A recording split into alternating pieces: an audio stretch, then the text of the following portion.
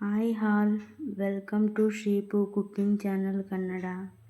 ಇವತ್ತಿನ ರೆಸಿಪಿನಲ್ಲಿ ಯಾವುದೇ ಸಾಸ್ ಕೆಚಪ್ ಬಳಸದೆ ಈಸಿ ಆ್ಯಂಡ್ ಕ್ವಿಕ್ಕಾಗಿ ಎಗ್ ರೈಸ್ ಮಾಡುವ ವಿಧಾನ ನೋಡ್ಕೊಂಡು ಬರೋಣ ಬನ್ನಿ. ಮೊದಲಿಗೆ ನಾನಿಲ್ಲಿ ಒಂದು ಬಾಣಲಿ ಇಟ್ಕೊಂಡು 4-5 ಸ್ಪೂನ್ ಆಗೋಷ್ಟು ಎಣ್ಣೆನ ಸೇರಿಸ್ಕೊತಿದ್ದೀನಿ.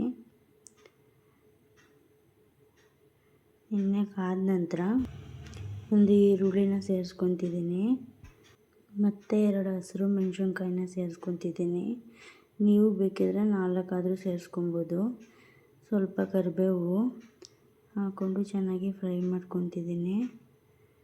ಸ್ವಲ್ಪ ಚೆನ್ನಾಗಿ ಫ್ರೈ ಆಗಬೇಕಾಗುತ್ತೆ ಈರುಳ್ಳಿ.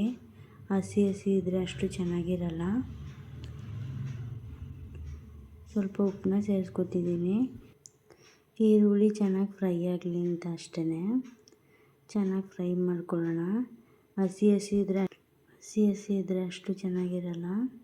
ನಂತರ ಕ್ಯಾಪ್ಸಿಕಮ್ನ ಸೇರಿಸ್ಕೊತಿದ್ದೀನಿ. ಇದು ಸ್ವಲ್ಪ ಫ್ರೈ ಆದರೆ ಸಾಕು, ಜಾಸ್ತಿ ಫ್ರೈ ಆಗೋದೇನು ಬೇಡ. ಮತ್ತು ಇಲ್ಲಿ 2 ಸ್ಪೂನ್ ಆಗೋಷ್ಟು ಶುಂಠಿ ಬೆಳ್ಳುಳ್ಳಿ ಪೇಸ್ಟ್ನ ಸೇರಿಸ್ಕೊತಿದ್ದೀನಿ. ಸೇರಿಸ್ಕೊಂಡು ಚೆನ್ನಾಗಿ ಫ್ರೈ ಮಾಡ್ಕೋಬೇಕಾಗತ್ತೆ, ಹಸಿ ಸ್ಮೆಲ್ ಹೋಗೋವರೆಗೂ ಚೆನ್ನಾಗಿ ಫ್ರೈ ಮಾಡ್ಕೊಳ್ಳೋಣ. ನೋಡ್ಬೋದು ಇವಾಗ ಹಸಿ ಸ್ಮೆಲ್ಲೆಲ್ಲ ಹೋಗಿದೆ, ಚೆನ್ನಾಗಿ ಫ್ರೈ ಆಗಿದೆ.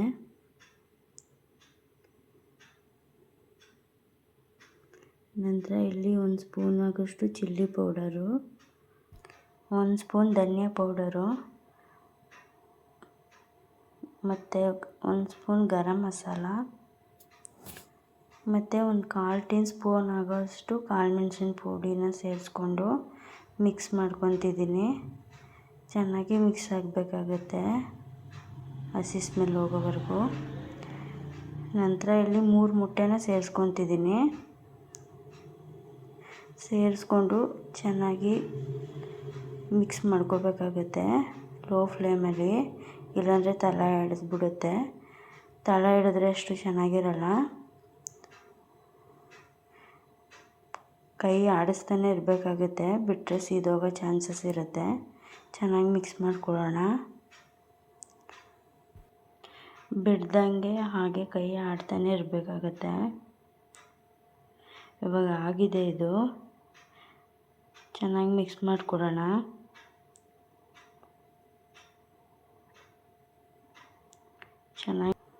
ಚೆನ್ನಾಗಿ ಮಿಕ್ಸ್ ಆಗಿದೆ ಇವಾಗ.